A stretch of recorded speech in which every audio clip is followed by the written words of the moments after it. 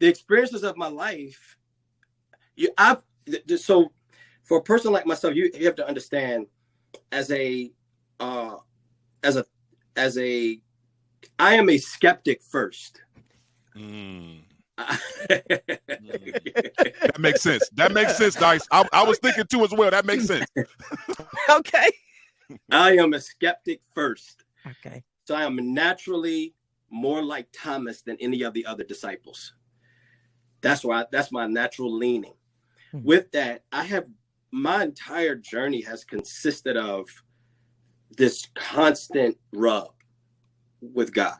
I live in the space of questions and curiosities and help me understand and why and when and where, and so I think I would say like there's been 4 different times, pivotal seasons, in which I wrestled with God. God, are you there? God, do you care? God, are you fair? God, you name it. I have traveled the road of skepticism, almost to the point of jumping ship more than once, which is the reason why I became an apologist. I became an apologist for myself first. And so I think it's, to answer your question, Dice, I think I'm on the back end of probably the hardest part of all those struggles. And I think on the back end of it, it's become less about, an intellectual internal jousting and more about a resolve. And I think the question is, so where do you land after all of that? It's almost like in the age of deconstruction. At some point, we got to land. So after all those bouts with doubt and crisis of faith, where do you land? This is it.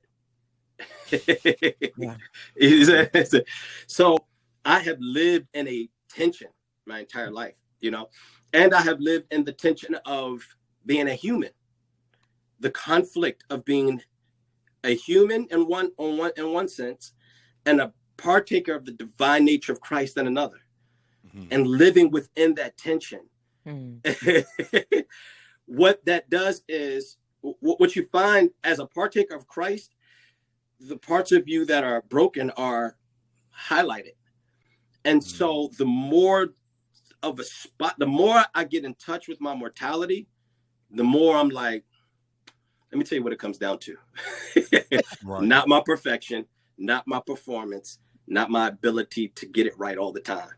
Here's where I land. That in all of it, getting it right and getting it wrong and whatever's in between, God is with me.